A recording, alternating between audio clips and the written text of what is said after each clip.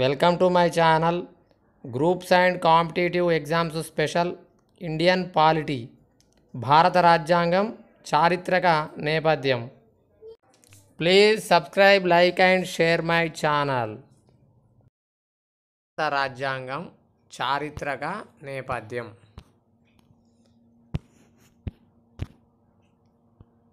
Greek తత్వవేత్త Aristotle ప్రకారం ఒక దేశం లేదా రాజ్యం యొక్క ప్రజల జీవన విధానాన్ని తెలియజేసే సర్వోన్నత శాసనం లేదా మౌలిక చట్టమునే రాజ్యాంగంగా నిర్వచిస్తారు.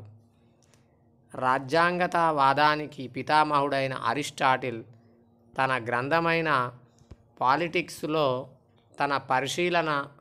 తను పరిశీలించిన వివిధ రాజ్యాంగాలు, ప్రభుత్వాల వర్గీకరణ గురించి వివరించాడు.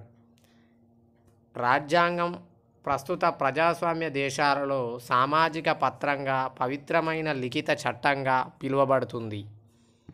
ప్రపంచంలో మొట్టమొదటి అతి చిన్న, అత్యంత దృఢమైన రాజ్యాంగం అమెరికా రాజ్యాంగం కాగా, అతిపెద్ద లిఖిత రాజ్యాంగం భారత రాజ్యాంగం మరియు అలిఖిత రాజ్యాంగం బ్రిటన్ రాజ్యాంగం.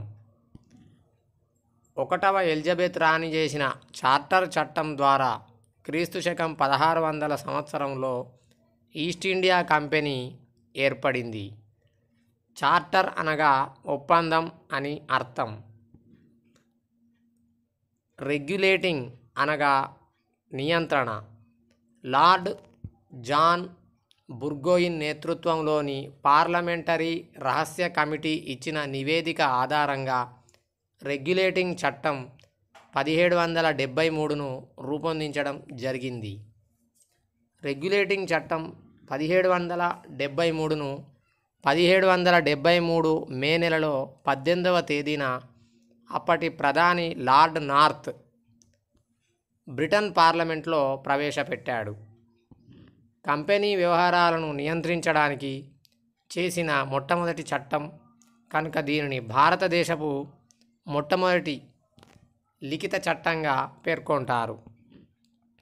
రెగ్యులేటింగ్ చట్టం 1773 ఈస్ట్ ఇండియా కంపెనీ యొక్క రాజకీయ పరిపాలనా విధులను మొదటిసారిగా గుర్తించి భారతదేశంలో కేంద్రీకృత పాలనకు పునాదులు వేసింది.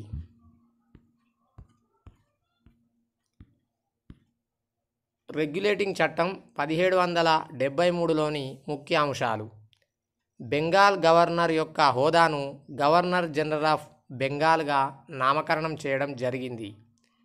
బొంబాయి, మద్రాస్ గవర్నర్లను బెంగాల్ గవర్నర్ జనరల్ పరిధిలోకి తీసుకురావడం జరిగింది. ఈ విధంగా మొట్టమొదటి గవర్నర్ జనరల్ ఆఫ్ బెంగాల్గా నియమించబడిన వారు వారన్ హేస్టింగ్స్. పాలనలో ఇతనికి సహాయం చేయడానికి 4 సభ్యులతో కూడిన కార్యనిర్వాహక మండలిని ఎగ్జిక్యూటివ్ కౌన్సిల్ ఏర్పాటు చేయడం జరిగింది. కార్యనిర్వాహక మండలిలోని 4 సభ్యులు: 1 ఫిలిప్ ఫ్రాన్సిస్, 2 రిచర్డ్ బార్వెల్, 3వ వ్యక్తి జాన్ క్లావెరింగ్, 4వ వ్యక్తి జార్జ్ మాన్సన్. 1774లో ఒక ప్రధాన న్యాయమూర్తి మరియు 3 ఇతర న్యాయమూర్తులతో కూడిన సుప్రీంకోర్టును కలకత్తాలోని పోర్ట్ విలియంలో ఏర్పాటు చేశారు. 1774లో ఒక ప్రధాన న్యాయమూర్తి మరియు 3 ఇతర న్యాయమూర్తులతో కూడిన సుప్రీంకోర్టును కలకత్తాలోని పోర్ట్ విలియంలో ఏర్పాటు చేశారు.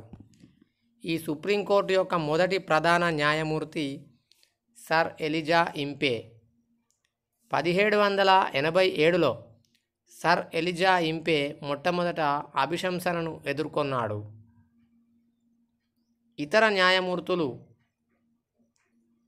John Hyde, Robert Chambers, Stephen Caesar Lemaistre. ఈ సుప్రీంకోర్టులోని ఇతర న్యాయమూర్తులు.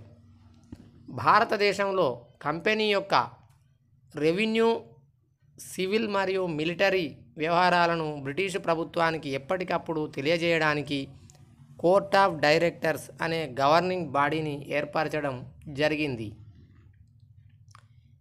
ఈ చట్టం ద్వారా ఈస్ట్ ఇండియా కంపెనీకి భారతదేశంలో 20 సంవత్సరాల వరకు వ్యాపార గుత్తాధిపత్యం కల్పించడం జరిగింది.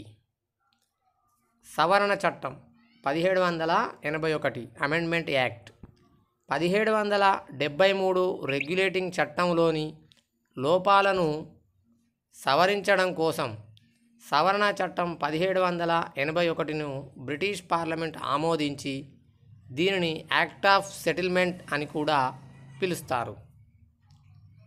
1773 రెగ్యులేటింగ్ చట్టంలోని లోపాలను సవరించడం కోసం సవరణ చట్టం అమెండ్మెంట్ యాక్ట్ 1781ని బ్రిటిష్ పార్లమెంట్ ఆమోదించింది. దీనిని యాక్ట్ ఆఫ్ సెటిల్మెంట్ అని కూడా పిలుస్తారు. Thank you.